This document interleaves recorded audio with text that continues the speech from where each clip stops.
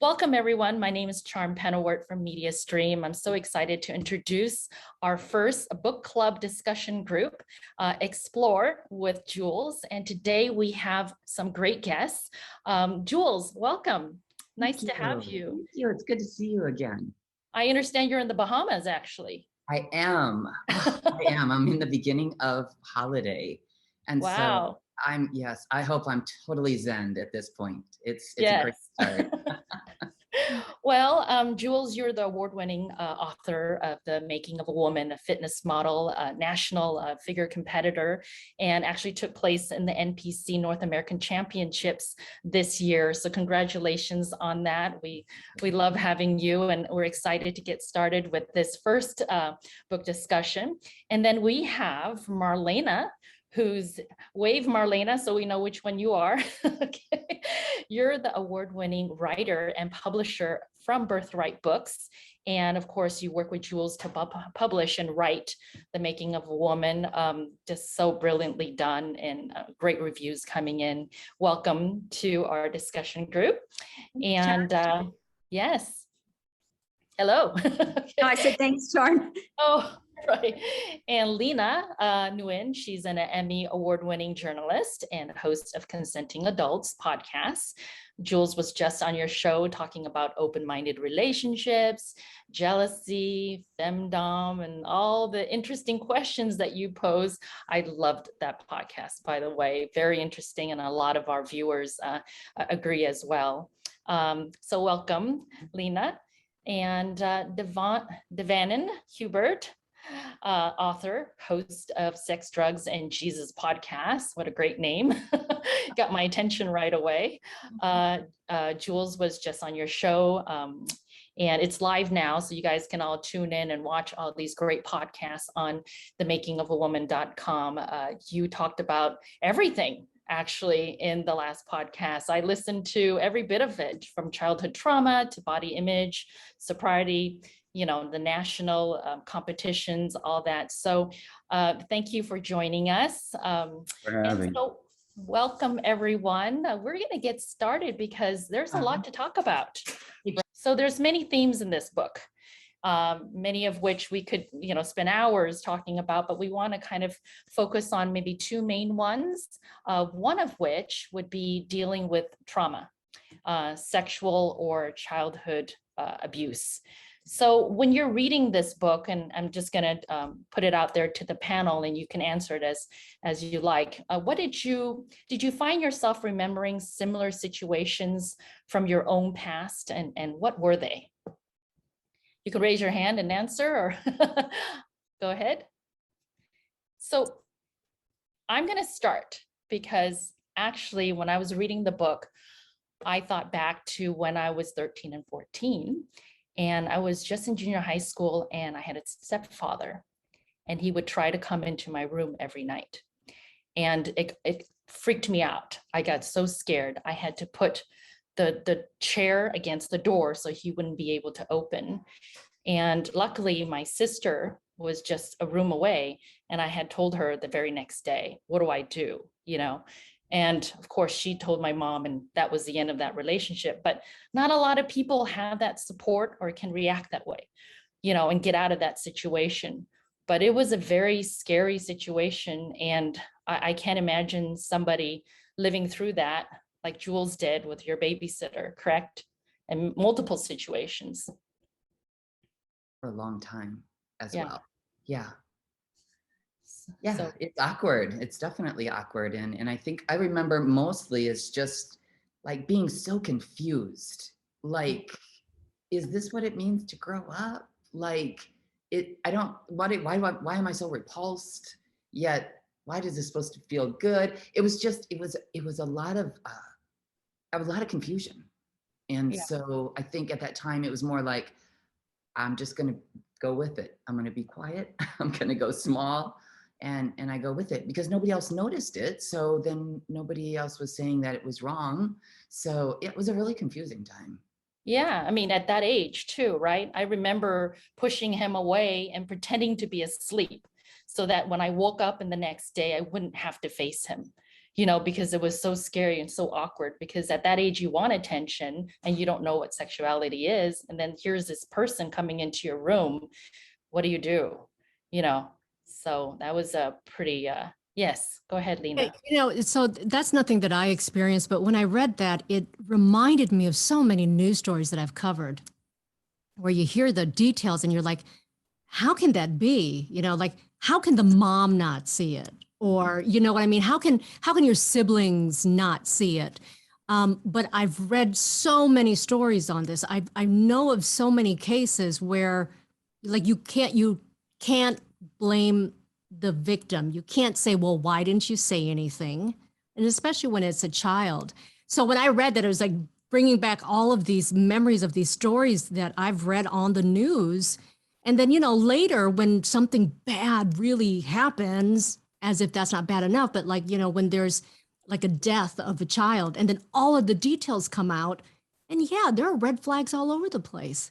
And I'm really amazed at, first of all, Jules, when I read that story, I'm amazed at the woman that you've become, because when I hear about that kind of trauma, I know what it can do to a person because I've covered all the news stories, and they don't always end up on the right side of things like you have. So I think it's very inspirational. And it, you don't have to be a victim. You don't have to have been a victim to be able to appreciate the story.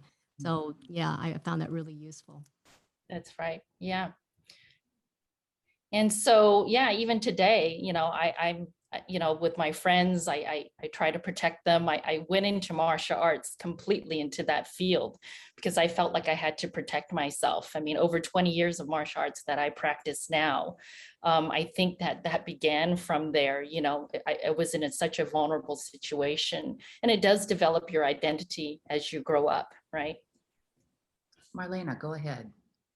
Oh, I wanted to say, when Jules approached me to help her with her book, the story itself isn't unusual. Every female and some males that I've helped with their books have had a similar story, but the details, of course, are always different. And it creates a bit of a challenge for me as a writer, because I don't want to put anything out there that's too triggering, because there are so many people that share a similar story, and not all have the courage. Well, I don't even know if courage that's probably not a good word. It sounds kind of shaming, but maybe haven't had the opportunity or the desire to speak up. And when they read a story like Jules, they just feel, okay, I wasn't alone, and it happens to other people, and they can move past it. And if Jules can move past it, then so can I. So handling a story like that, I was very careful not to put too many details, and I was careful not to even ask too many questions myself, because I had to step away from it a little bit. But I walked away feeling just absolute awe that Jules was able to make her way out of this situation and thrive. And it's a very long, rocky road, but she did it. And that's why we're here today. Yeah, that's, so, how do you deal with trauma? Me? How do, just the panel, how do you deal with trauma? What do you think? I find that talking about it, right? And opening up and not sweeping it under the carpet, finding a support system is important. So that and reading this book, also opens up the different topics, and it creates that connection. And, in a way it reminds you of those memories, but in a way it's also healing, because it opens it up, and now you can face it as more of a, as you're older and an adult. So, well, but yes. I think the first step, your question is, how do we deal with trauma, is to tell yourself the truth about what it is that's going on. I heard a quote from somebody the other day from a book that I'm gonna get about being gay and coming out, and he was saying the hardest conversation that you will have on your coming out journey is with yourself. Mm. And so in terms of dealing with trauma, I think coming to terms with it, and it's just being real with yourself first is the hardest part, and then going from there. Because like you mentioned, when the kids are going through different, problems with adults and things like that, how could the mom not know? And like in your book, Jules, there was a lot of denial going on, you know, on the part of the adults around you because they had their own issues and things like that. And so I think the first step with dealing with trauma is truth. Mhm. Well, if I could add to that, why Jules' book is so important, and similar books, is the people that don't have anyone to tell their truth to or share their story with, and may never will, can find a kindred spirit in an author like Jules. Super powerful to tell these stories to other people for this reason. Right. And that's talking about like the power of transparency there. Yes. And so, which is Absolutely. And if I could add to that, not everyone has to speak out, right? There are people who go through this, whether they want to, maybe they don't want to. Not everyone has to or needs to write a book, be interviewed, right? Everyone deals with it in their own way. Not everyone has to do that.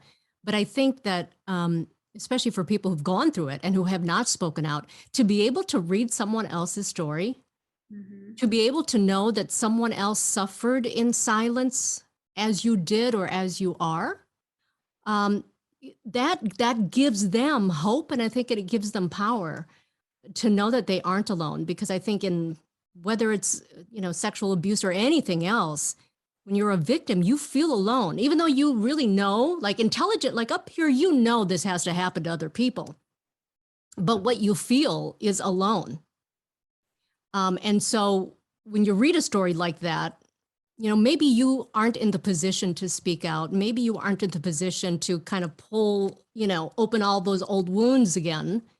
But I think it's healing to be able to read someone else's story, know that someone else has also gone through it, and know that you can survive it and you can, come out, better for it. So again, I just think it's really inspiring, even when have no experience, even when you haven't experienced any trauma.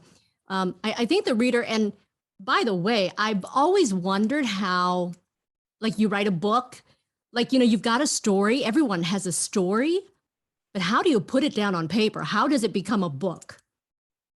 And I am amazed when I was reading this, and it's very hard to keep my attention. My attention span is very short. Like, if you don't have me in the first few seconds, I'm done. I don't have the time. I'm awful that way. The way you tell the story, though, it's like, and I think good movies are the same way, where there's just these ranges of emotions. Like, I laughed and then I cried and then I was shocked. And when you're able to do all that, that is just amazing. So kudos to all the people. I don't know who you had work on it or how you did that. I've always wondered, do you tell your story? Do they interview you and then do they write it, or what, or how you did it? But it's fabulous. And that was a really big thing. When Marlene and I got together, I was telling her, everybody, there are a lot of stories like this, sad but true. And the last thing I want to do is infiltrate the world with more of the trauma, right? So I was not interested at all to, go diving in deep. I gave you a snapshot along the way. And because what it was is I really wanted to, I call it the language of the heart. And that's how we connect. You were just saying, Alina, that you've never endured this, yet you rode the emotional roller coaster just like I did. So I have chills as I say this, because this is really what changes things. Like, just relating to it, feeling compassion or empathy for another. I mean, oh my gosh. And, and Marlena was phenomenal at that, because there was parts of our time together, we would meet every week. And so I would start telling stories and she would ask little questions, and, and it was just this kind of this collection of chapters, we'll say. And she was so good, because at times, Rob, you're like, like super angry or wound up tight, or she's like, it's all part of the process, Jules, just hold on, because a couple of those weeks were really uncomfortable, really uncomfortable. And I think Marlena does such amazing work of being able to pull out all those emotions that I was displaying when we were putting it together. Mhm. I found it interesting that you've actually just met Marlena last month for the very first time in person. The whole time you had, written this whole process of the book through Zoom and a phone call, correct? Yes. That's just amazing that you were still able to do that from such a distance. Yeah, so, I was listening to your podcast, Devanian, and, you are also an author as well. And you have, a story and a memoir to share. Now, you went through and putting together your timeline alone and writing your book, correct? I would say for the most part, I started the process through the advice of a fellow author of mine and did the timeline and everything like that. And then I did work with someone to help to put it all together, because I felt like I would be too close to the information to do it justice. And because I wanted a lot of details, and I went and got like police records and court records and things like that from back in the day, and old pictures and stuff. And I just had it all and I did work with somebody to help me maintain my objectivity. Wow, that's great. Well, it's a tough job, writing a memoir. I'm glad, Marlena, you were involved and helped Jules through that process, because, pulling out all those memories and trying to organize them in a timeline, and also making it sound so brilliantly like you did, and allowing it to connect with the readers. Because when I was reading the book, I also felt very shocked and sad at some moments, and like really, I felt your hurt, when I was reading through the book, and it was just very powerful. The words, powerful words that were put into the book. So, so we're gonna. Can I say something Yeah, funny? sure. So when Jules and I were interviewing, I wanted so bad to ask the last name of some of these characters, because I was going to go dig them up and see what they look like. And I can't tell you how much strength it took to not go there myself, nor did I want to take Jules there. But I'm so happy to say at the end of the book, I never asked. I can't look them up on Facebook. And I'm so happy, because Jules' book just gets to be on its own without all of that detail. Right. Yeah. And there were a number of characters in the book, and I thought, yeah, definitely hard to keep it anonymous, and you want to know, but so I'm going to move on to our next topic of the book, which is empowering your authentic self. And with that, wanted to get your opinion on, how does the book address shame, and how does shame control our identity? Well, when we asked that of Jules, she said that, shame has always been a tough one for you, right?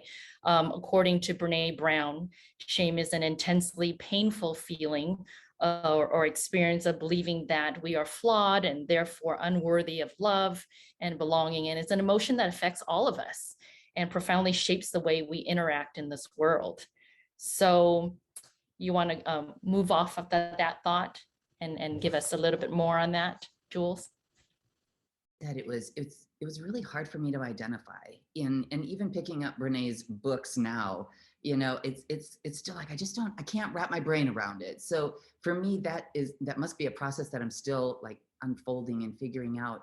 But to realize that, for instance, in the beginning of the book, the very first page, there is a list of words that I had been called, right? And the boom of those words like hitting, right? That is where I could recognize how that one word to me meant all of this, right? It's that feeling that resonates thereafter, that you are this, so you better act like this, or, so shame for me I'm still learning how to identify it. But it's amazing how it's just riddled throughout, almost so secretively. Your thoughts on that, Marlena? on shame?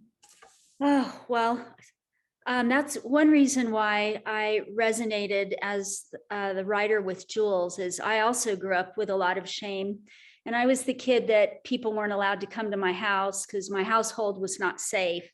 And once we moved all the time, and once the parents found out about it, I couldn't have anybody over. So nor did I want to endanger any other kids. So I always went out.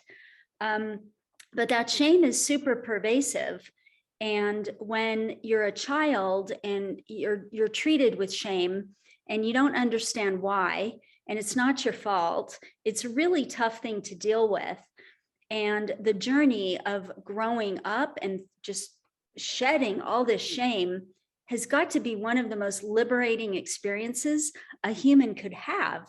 And we all have our different reasons for having shame, but Jules' book, that's a huge part of it, is recognizing her shame and seeing it's not her fault, and then seeing what she does with it and how she works through and ends up the successful, powerful woman that she is today.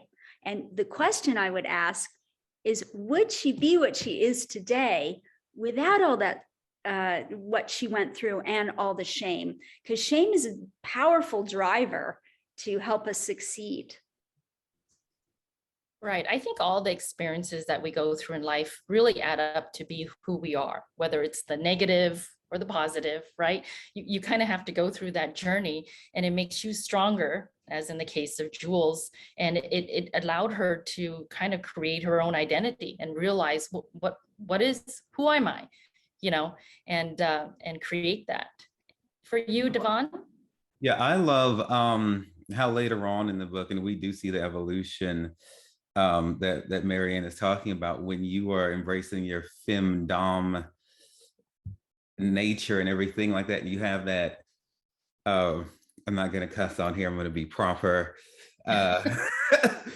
You have that roommate of yours, and at first everything is great, and you have a guy over who's serving both of y'all, and everything's wonderful until, by her rubric and opinion, it gets to be too much, and now she wants you to leave. And so what she was trying to do in that moment was make you feel ashamed, Jules. According to her standards, you had fallen below them. She was trying to dehumanize you and to do many of the things to you that the people in your life had done before, but you handled it differently. You didn't really argue or anything like that. You just left and opened yourself up to better experiences. And I think that's the story that came to my mind when we got on the topic of shame, because it does show your evolution. That wasn't. Yeah, go ahead. A very interesting time, and even I'm glad to hear that, because again, it's like I didn't have anybody on like my shoulder as I went through this journey, so I would never have picked that out. But when you explain that and how I feel when you're explaining it, now I get it. Like you're saying, like I dropped below her standards, and that feeling I felt, I can identify that with shame now. So I appreciate you pointing that out, because those are things and perhaps it's a coping mechanism, right? Maybe I should be grateful that all of that shame did not impact me along the journey. Maybe I wouldn't be here if that were the case. So, but thank you for pointing that out. Of course, my dear. So I'm going to ask, where in the book do you see where shame controls Jules' identity? Oh God. God, all over it. Especially, well, mainly the first part. Every time that, particularly when I remember a part when they're out with the parents, and the dad is acting really loving and everything towards them when they're out in public with people, but it's not that way at home, and all the kids are like still as statues and very emotionless and things like that. I would imagine that sort of situation is very hard to not feel ashamed, because you know what's happening, and you're thinking the world should know what's happening, and you're wondering probably if they do know what's happening, and you don't know where to run, leap, jump, and so you just stand there and be quiet altogether. I remember that part. Yeah. And Marlena, do you want to point out any instances where shame controls Jules' identity? Oh, well, is it Devonin? Devonin? How do you- Devanin or D or some, I go by many names, darling. Okay, D is super easy. Like Dee said, Yes. it's riddled throughout the whole book, but Mhm. where I noticed it most, and of course I'm super close to the book, but was how it shame drove alcoholism, because when you're drinking, you're not feeling it. And that's, you can just get out of your head and not think about anything. And that's why a lot of these types of early childhood experiences can lead to drug and alcohol use and addiction. So to me, it was just the direct correlation: shame, drinking. And, of course, then that set off another journey in itself. Right. So we're about completed with those two topics, but now we're talking about alcoholism, right? We're coming into that topic. Do you want to dive into that a little bit in this meeting, Jules? We have a good half hour for that. Yeah. So, okay. I had no inkling of what an alcoholic really was. I was from the Midwest. It was very common. My uncles had beer in the council while we were driving. Like, this was normal. It was a usual condiment, like salt and pepper on the table, and so I didn't actually realize that my level of drinking wasn't normal until my gosh, I was down. I had to be like 15 years old, and in 15 and in 16, and in that time frame where people are like, wow, you got to bring it down a little bit. And I'd be like, this is normal. And I also would drink before I would go out. And that was something that I guess a lot of normal people didn't do. And so when I did get into recovery, I learned, we have a big book. We have a book that tells me exactly like different types of alcoholism, or different type of alcoholics. How do you get there? There, of course, there's always the belief of, was I born this way? Is it a product of my environment? My thoughts are, it doesn't matter. It's happening. So let's just fix this. But there's also a point in there where it says a normal drinker can actually drink themselves into being alcoholic, because the programming, the chemical changes are taking place, and then your body then starts the phenomenon of craving and the whole thing. And so I remember when I finally got into the rooms, it felt so safe that I, one time in my journal, had written, I don't care what you call me. If you want to call me an alcoholic, fine. I'm not going anywhere. Like, I was desperate. You could have called me a diabetic, and I would have said, yes, I'm a diabetic. Because what I found within that community was so profound and so loving. Oddly enough, it's a bunch of drunks, right? You'd think that it'd be a little chaotic and messy, but it was, and I didn't even realize it. I didn't even realize it. I think they say it's cunning, baffling, and powerful. And I'm a smart girl. And I didn't realize that was even an issue. So we've actually connected to quite a few Facebook groups over the past few days, and you sharing your story, and everyone seems very grateful in their life. How does gratitude come in your life look like today? Having gone through recovery and all that. And I think that's the reason why we are so damn grateful, is because we have been on the other side. We have been in those depths. We have been, in the lowest of the low. The feeling of isolation, and knowing that what you're thinking and the way you're perceiving a situation is not the way everybody else in the room does. Like, I could not imagine being schizophrenic. Like, you just have this whole other reality going on in your mind. And no matter how much effort I put into something, it would always blow up. I would have the greatest intentions, right? The greatest heart of hearts For instance, I have a dear girlfriend that I didn't go to her wedding. I had known her since college and I did not go to her wedding. My best decision at that time was not to attend because I knew that I knew that I wouldn't know what it would end up like. And I didn't want to embarrass my friend like that. So that was my best choice of the two decisions. And I remember she came back to me and she's, years and years into recovery and said, "You missed the biggest day of my life." And the hurt and the pain. And to think that I had the greatest intentions and yet I still harmed or hurt somebody else. It's a terrible feeling, and I think that's what's misunderstood. We're so quick to judge on the outside. Well, man, it's everything that's going on the inside. And so it's a process. It's definitely a process of unlearning. I had a lot of unlearning to do. And then creating, like, what do I want to be, and then finding that, that relationship, that connection with something just a little bit bigger than me. It's a really big process. Yes. Which brings up the next topic is higher source, right? Source. Yes. Tell us about that. Yeah. Marlena, tell us about source and how you tapped into that and I kind of pulled that out of Jules. Let's talk about this. Let's write about it. Let's put it into these different chapters because, it's always around her when she was going through the process. Well, first, I'd like to address one last thing that Jules said, which was the unlearning. And what I felt was a very powerful part of the book was when she re-engaged her family in sobriety and realized how little she knew about how to act.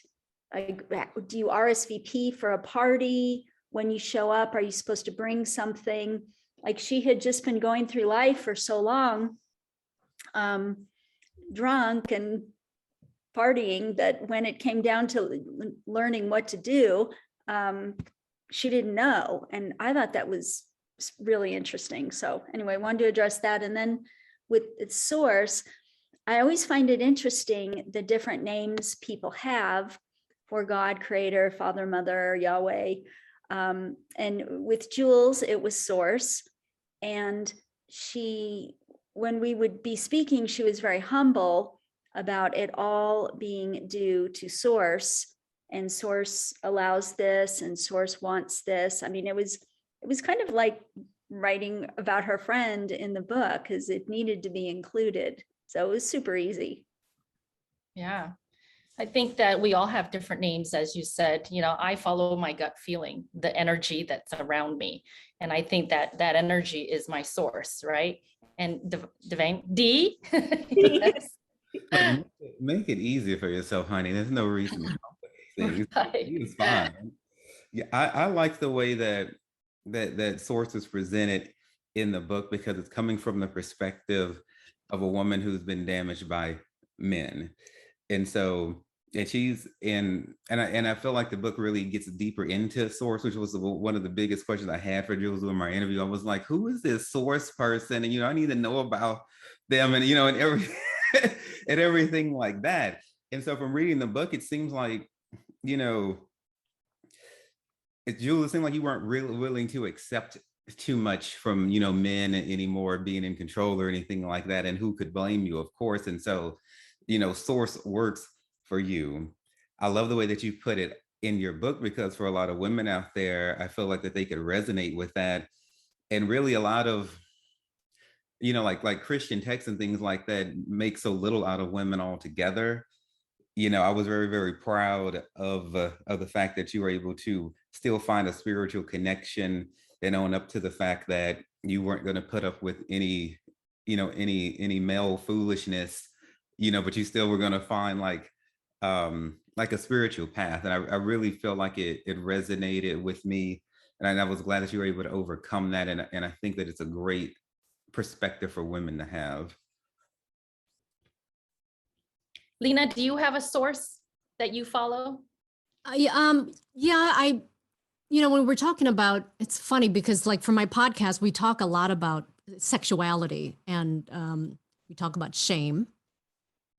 I'm always amazed how that word comes up very often when we're talking about sexuality and especially alternative lifestyles. It's being able to let go of the shame, to vocalize, admit that you want to try something, admit that you like something, so that you're not fearing what other people are going to think of you if you say, hey, I want to try this. So these are just the things I'm thinking about when you're talking. Really quickly on the alcoholism. So my husband works he's in healthcare, and for a long time worked with a bunch of rehab centers all across the country, including one in Malibu where they treat all the celebrities. And I never understood it because I'm one of those Asians who can't drink. Like I don't understand it, right? I still will ask him. It's like, but how does it get there? It's not good for you. Why do you, from a person who has no understanding? And what I have found is that one, there are so many more sober people than because not everyone talks about it, right? And that you're not cured of anything. No one gets cured. It's a lifelong thing, right? You have to keep at it.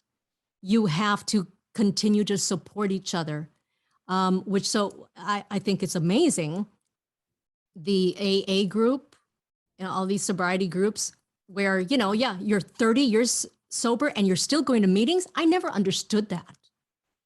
And so the more I talk to people, I understand.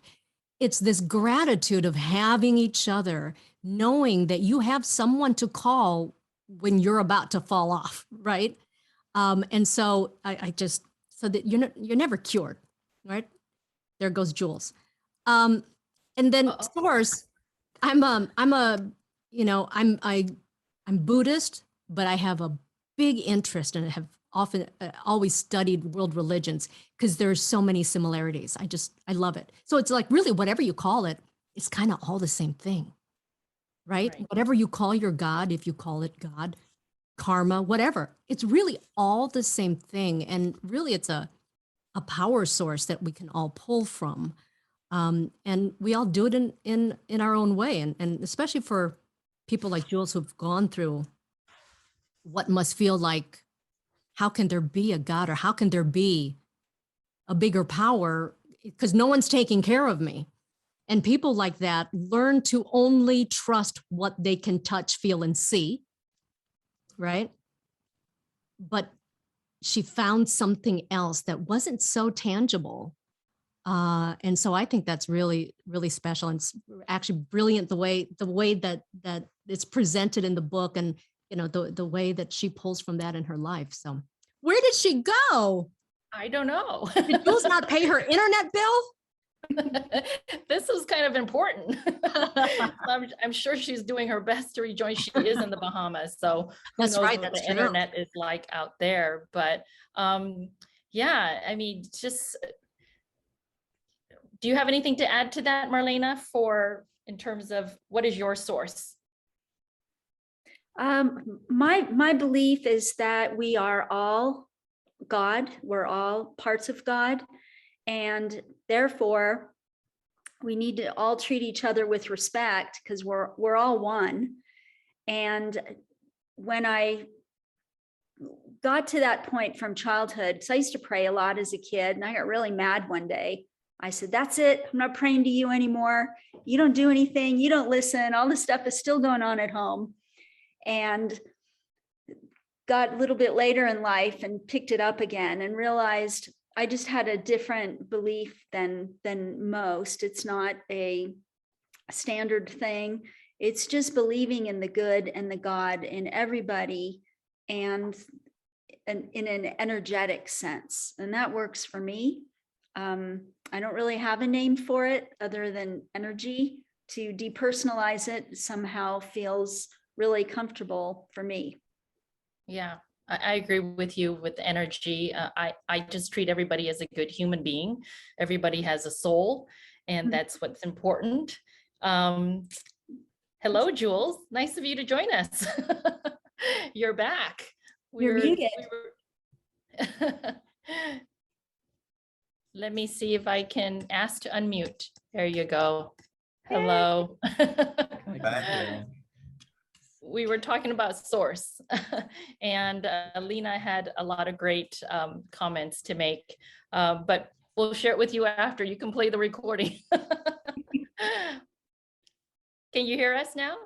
I sound like Verizon. Back. Yeah, Oh. you're back. Jeez, All I had to right. grab another laptop. I told you I'm in the hotel. Out here Oh, on yeah. some island. Oh my goodness. Poor you. Poor you. No, I know. Oh. What are you going to do after this? Probably Oh go my for a gosh. nice stroll.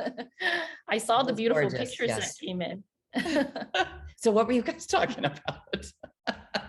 We were talking about source, you know, what each source is for each person. And Marlena had her, you know, it's the energy around her. And I talked about, you know, everybody has a soul. Just treat everybody, you know, like human beings, you know. And Dee was going to say something about that, right, Dee? Of course I am. I'm going to say about everything. And so, but you know, for me personally, I like the personalization of it. I like to feel connected. I believe in the God of the Hebrews, Yahweh, whatever, Jehovah Jireh, or whatever you want to call him, Jesus Christ, the Holy Ghost, the Trinity. Now, I don't associate with the term Christian. I don't really feel like I need an adjective or anything like that. For me, that name has become really toxic. And so whenever, like the last time I used the C word, you know, I was just like at an art event volunteering, and somehow we got on the topic of religion, as can happen when you're in art circles. And it came up, and she was like, I told her, you know, I was a Christian. She was like, okay, are you like the open-minded Christian or the closed-minded Christian? You know, but you know, but a veil came up and she got cold until I explained to her, like, yeah, you know, I'm not like, I'm not like a Republican or evangelical or anything like that. I'm not like trying to judge people or tell them what to do, you know. And then she was cool and the conversation could continue. And I just I don't want a barrier in between me and somebody off of a name. You know, I don't need to be called a Christian, but I'm clear on what I believe in because of the personal experiences that I have had with whom I believe in. My friends don't need to believe in that. I love going down to the Buddhist temple, like Lena was talking about. It's great to be around other bald-headed people, and they have great vegetarian food.